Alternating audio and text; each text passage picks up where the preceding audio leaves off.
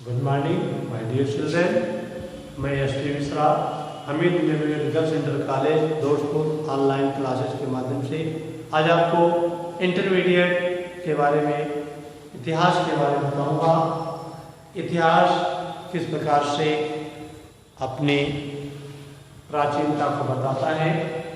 जैसा कि मैंने आपको इसके पहले के प्रकरण में बताया था, आप लोग उसको शेयर किए होंगे कि एक मन के अस्थियां किस प्रकार से यूरोपीय इतिहास को भारतीय इतिहास में समाहित करते हैं, जिसमें मैंने आपको सिंधु घाटी के बारे में बताया था, मेसोपोटामिया के बारे में बताया था, वैदिक युग के बारे में बताया था ना, आपको याद होगा। तो ऐसे हालात में आप जो है यहाँ देखेंगे कि इसमें ये जो टॉपिक है राजा, किसान और नगर, राजा, किसान और नगर, ये अपनी प्राचीनता को किस प्रकार से बताता है। सिंधु घाटी की सभ्यता एक नगरीय सभ्यता थी, मैंने आपको बताया था। वहाँ की नगर निर्माण योजना, भवन निर्माण योजना, स्नानागार, अन्नागार आदि चीजें, विद्वान, अस्थियां जो थे वो एक प्रकार से अपनी प्राचीनता को प्रदर्शित करते हैं। क्योंकि इतिहास जैसा कि नाम से स्पष्ट है, इतिहास मतलब ऐसा हुआ था, ठीक। इति माने ऐसा, हास माने हो। तो कैसा हुआ था कौन बताता है? साधन बताता है, स्रोत बताता है। फॉर एग्जाम्पल, जैसे आप किसी के घर जाते हैं, कोई सामान देखते हैं, चाहे वो प्रतिदिन यूज का सामान हो या कभी कभी उपयोग का सामान हो, वो अपनी प्राचीनता के बारे में बताता है। चाहे ईंट हो, चाहे मनके हो, चाहे औजार हो या हथ, कोई भी जो सहायक सामग्रियाँ होती हैं वो अपनी प्राचीनता के बारे में बताती है ना। तो ऐसे हालात में जैसे कभी बताता है कि राजा की क्या स्थिति थी इतिहास में, किसान की क्या स्थिति थी और नगर की क्या स्थिति थी। तीनों जो मूल्यांकन मिलता है राजा, किसान और नगर के रूप में, वो ये जानिए कि किस क्षेत्र का, किस भूभाग का राजा किस प्रकार से था, वो उसकी स्रोत बताते हैं। चाहे वो वहाँ के सामान हो, मटके हो, अस्त्र शस्त्र हो, चाहे वहाँ के नगर निर्माण के सामान हो, भवन निर्माण कला हो, नगर निर्माण कला हो, वास्तु कला हो, चित्र कला हो, कोई भी कला आती है वो राजा की स्थिति को बताती है ना। तो ऐसे हालात में हम आपको बताना चाहेंगे कि चूंकि टॉपिक हमारा बताता है राजनीति, राजा की पॉलिसी क्या थी, उसकी राजनीति क्या थी, और राजनीतिक इतिहास बताता है ना। राजनीतिक इतिहास इस ओर जो मिलते हैं वो वहाँ के बर्तन बताते हैं, वहाँ की भवन निर्माण की शैली बताती है, वहाँ की जो है वो जो वस्तुएं हैं, चाहे वो खाद्य वस्तुएं हो, चाहे वेशभूषा हो, चाहे रहन सहन हो या संस्कृति हो, उसकी पॉलिटिक्स को बताती है। और आर्थिक इतिहास, अर्थ का मतलब पैसे से होता है। अर्थव्यवस्था किसी भी राजा की पहचान को बताती है। किसी देश की श्रमिक की जो है श्रम को बताती है, किसानों की उपज को बताती है। वो अर्थव्यवस्था वहाँ की सुदृढ़ है या बहुत कमजोर है या मध्यम वर्ग की है, वो किसानों की दशा बताती है। जैसा कि मैंने आपको सिंधु घाटी की सभ्यता बताया था, नगरीय सभ्यता थी, किसान मेहनत करता था, अनाज उत्पादन करता था, क्योंकि प्रत्येक व्यक्ति के घर में अन्नागार होता था। अन्नागार का मतलब जो हमारे यहाँ भंडार होते हैं। अब देखिए, कोई आप घर में जाएगा और घर की पोजीशन को देख करके तुरंत जान जाएगा कि यहाँ पर इसके पास उपज होती है या बाजार से सामान आता है। अन्नागार देख करके, स्टोर रूम देख करके वो पता लगा लेगा। तो ये आर्थिक इतिहास बताता है।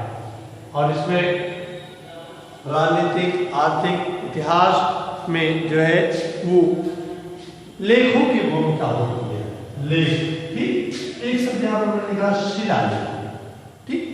शिलालेख का मतलब होता है, शिला माने पत्थर होता है, लेख माने पत्थरों पर जो लिखा जाता है। तो ये हमारी स्थिति को बताता है। इंडियन हिस्ट्री, भारतीय इतिहास शिलालेखों के माध्यम से अपने राजा की दशा के बारे में बताता है। ये पूरा संसार जान जाता है कि कौन सा देश किस रूप में है, वहाँ की राजा की स्थिति क्या है, वहाँ पर पत्थरों पर क्या लिखा हुआ है।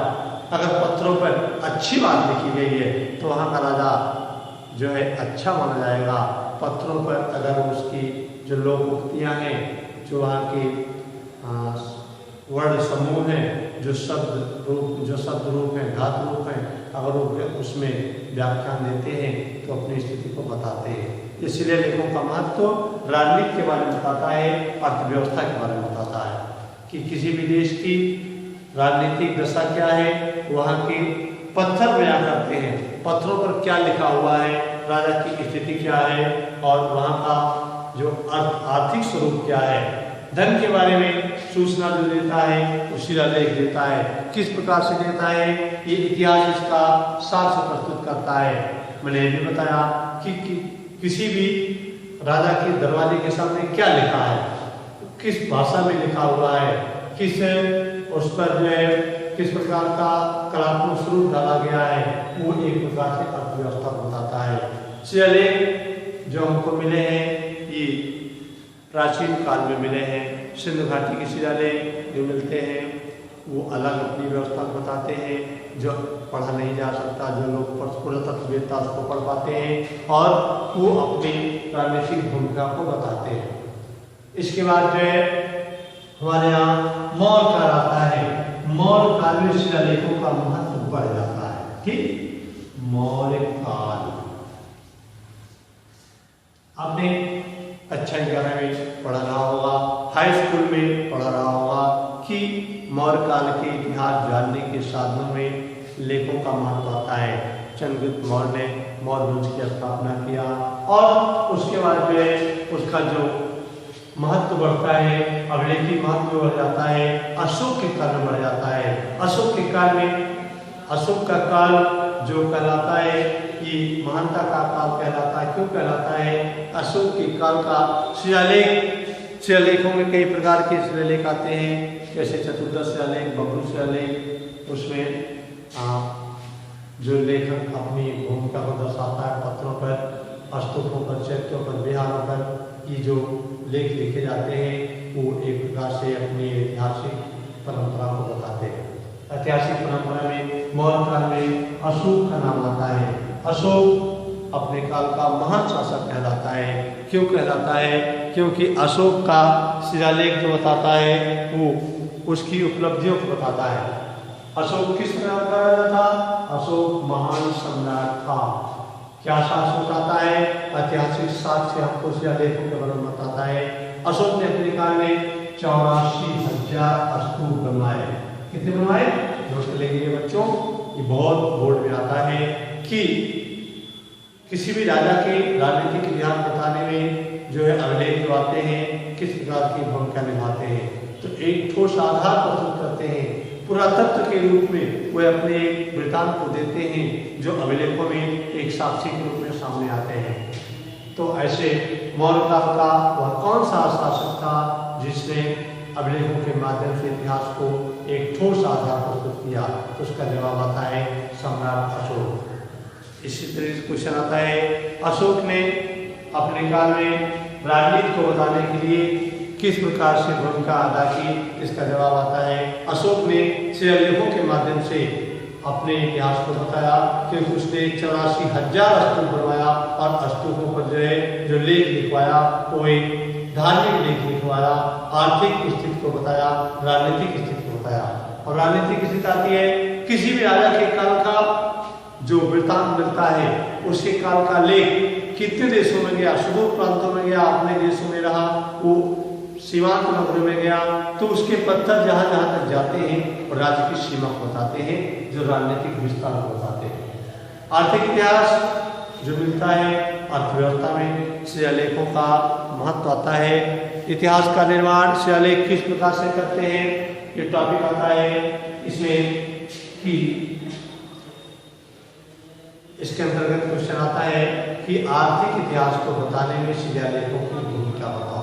ठीक, यानी पत्थरों पर जो लिखा हुआ है वो किस प्रकार से लिखा हुआ है, कलात्मक रूप में लिखा हुआ है या विकृत रूप में लिखा हुआ है, इस स्वराक्षरों में लिखा हुआ है या अपठनीय वाक्यों में लिखा हुआ है, वह एक प्रकार से अर्थव्यवस्था को बताता है। जैसे आप लोग देखेंगे कोई व्यक्ति अपने मकान के सामने स्वर्णिम अक्षरों में संगमरमर के पत्थर पर लिखवा देता है कि किसका भवन है, नाम लिखवा देता है ना, लिखवाता है। अगर वो बढ़िया पत्थर पर लिखवाया है तो उसके पास समझ लीजिए पैसा ज़्यादा है, अर्थव्यवस्था उसकी मजबूत है ना।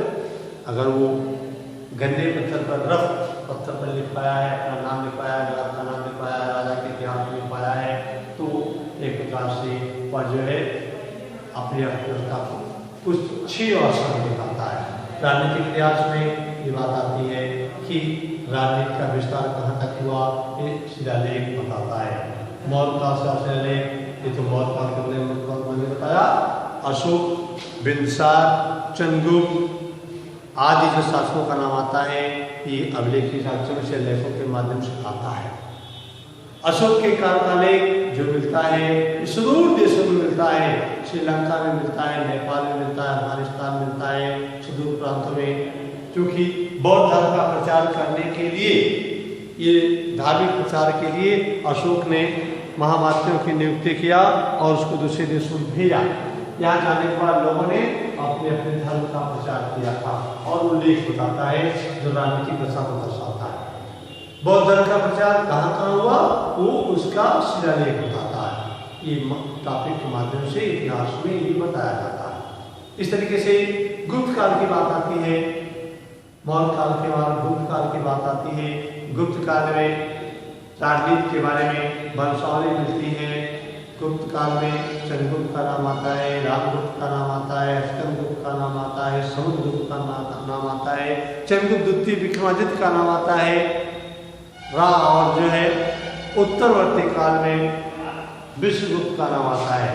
ये गुप्त वंशीय परंपरा का जो अवलोकन कराया जाता है ये लेखों के माध्यम से कराया जाता है जो अपनी राजनीति को बताता है। इसकी राजनीतिक दशा कहाँ तक विस्तृत थी, जैसे हम आपको बताना चाहेंगे कि समुद्रगुप्त को भारत का नेपोलियन कहा जाता है। क्यों कहा जाता है?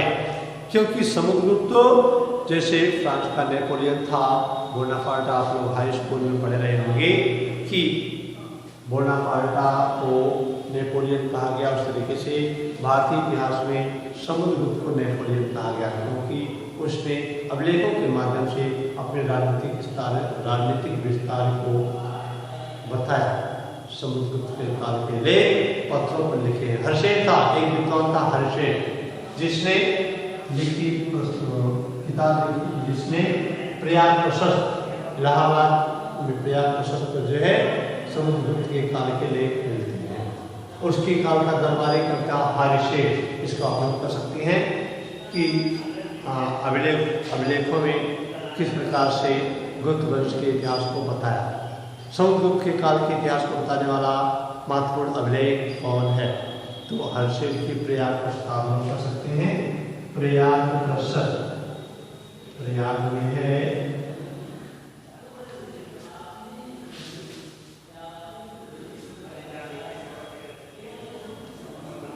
प्रयाग प्रशस्त,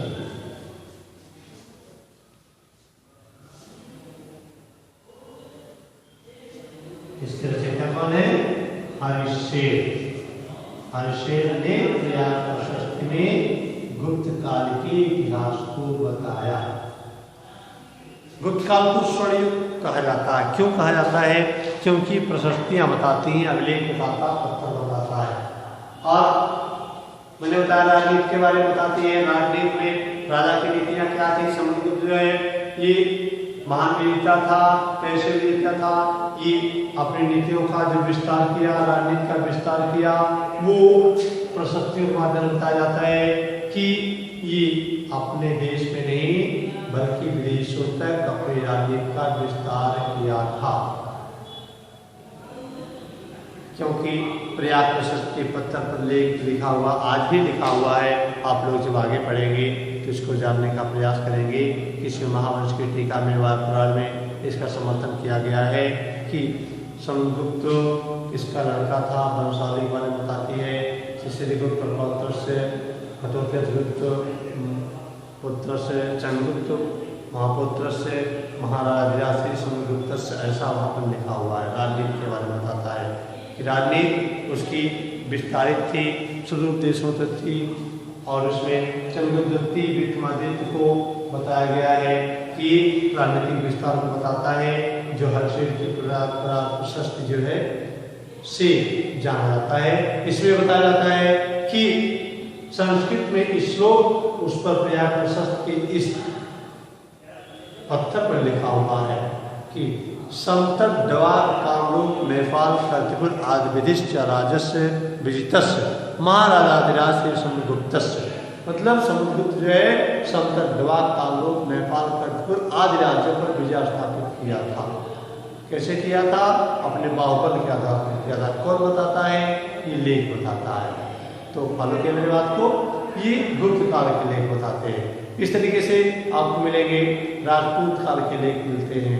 राजपूत काल में राजपूतों की बहादुरी का इतिहास मात्र सुनता है, अर्थव्यवस्था के बारे में जानकारी मिलती है। तो इसमें जो शिलालेखों की भूमिका आती है वो राजा की स्थिति को बताती है और वो इतिहास का निर्माण करते हैं। शिलालेख पत्थरों पर जो कुछ लिखा हुआ है वो इतिहास का निर्माण करता है, चाहे वह मौर्य काल का इतिहास हो, चाहे बौद्ध काल का इतिहास हो, चाहे राजपूत काल का इतिहास हो, चाहे गुप्त काल का इतिहास हो या उत्तरवर्ती काल का इतिहास हो। उत्तरवर्ती काल में बहुत सारे वंशजों का नाम आता है जो विदेशों से सभ्यता आई, सीथियन और ये हमारी यूनान की सभ्यता आई, ब्रिटिश सभ्यता आई। ये अभिलेख के माध्यम से अपने राजनीति और अर्थव्यवस्था को बताती है। और इसमें राजनीतिक आर्थिक इतिहास जो मिलता है, इसकी जो कहानी मिलती है लिपियों के माध्यम से मिलती है। लिपि को जैसे इसमें लिपियाँ कई प्रकार की आती हैं। इतिहास इसमें शिलालेख के माध्यम से बताता है। ब्राह्मी लिपि है, खरोष्ठी लिपि है, देवनागरी लिपि है। ये लिपियाँ उस काल के आर्थिक स्वरूप बताती है, राजनीतिक स्वरूप बताती है। तो पत्रों पर क्या लिखा हुआ है, राजा की दशा को किस प्रकार से दर्शाया गया है, अर्थव्यवस्था को दर्शाया गया है, वो उसका अपना अवलोकन कराती है। अवलोकन के माध्यम से इतिहास को बताती है कि ये शिलालेख की भूमिका क्या है। अगर शिलालेख न होते तो राजा की राजनीति के बारे में हमको पता न चलता। किताबों को सच नहीं माना जा सकता है, वो ठोस आधार नहीं देते हैं, लेकिन हमारे अभिलेख जो है, सिक्के, स्मारक, यहाँ पर जो उत्खनन के माध्यम से उत्खित किए गए हैं, जो वास्तुकार तोड़ तोड़ कर उसको अपने हथियार से, प्राचीन हथियार से लिखे हुए हैं, वो आज भी मौजूद है और उसका जो एक ठोस मान मिलता है, हर कोई इस पर विश्वास करता है। इस तरीके से चाहे मौर्य काल हो, चाहे राजपूत काल हो, चाहे बौद्ध काल हो या गुप्त काल हो, प्रत्येक काल में राजनीति का जो दिग्दर्शन किया जाता है वो पुरातात्विक स्रोत के रूप में इतिहास के आधार पर किया जाता है और हर कोई इसको जो है मानता है, ये ठोस आधार देते हैं। तो इसमें जो है राजा की क्या स्थिति है, किसान की क्या स्थिति है, नगर किस प्रकार का है, नगर विकसित है या विकासशील है, वो वहाँ का जो है शिलालेख बताता है। शिलालेख के माध्यम से इसका पूरा इतिहास जाना जा सकता है। राजनीतिक आर्थिक इतिहास को बताने में शिलालेखों की महत्वपूर्ण भूमिका होती है। तो प्रिय बच्चों, ये जो है आज के टॉपिक में आज केवल आपको इतना बताएंगे कि शिलालेख जो है किसी भी सभ्यता की जानकारी का प्रमुख आधार होता है। वो राजा की स्थिति के बारे में बताता है, किसानों की दशा के बारे में बताता है और वहाँ की अर्थव्यवस्था के बारे में बताता है कि किसका जो है स्वरूप कैसा था। चाहे वो अशोक का काल हो, चाहे जो कनिष्क का काल हो, कुशाल वंश में कनिष्क का काल हो, और चाहे वो मौर्य काल हो या गुप्त काल हो, हर काल की जानकारी वहाँ का लेख, वहाँ की राजनीति के बारे में, वहाँ अर्थव्यवस्था के बारे में बताता है। तो मुझे विश्वास विश्वास है आप लोगों ने इसको ध्यान से सुना होगा और इसको आप नोट्स बनाकर लाएंगे। कल हम आपको इसके आगे पढ़ाएंगे। आज का क्लास उससे यहाँ तक। Thank you.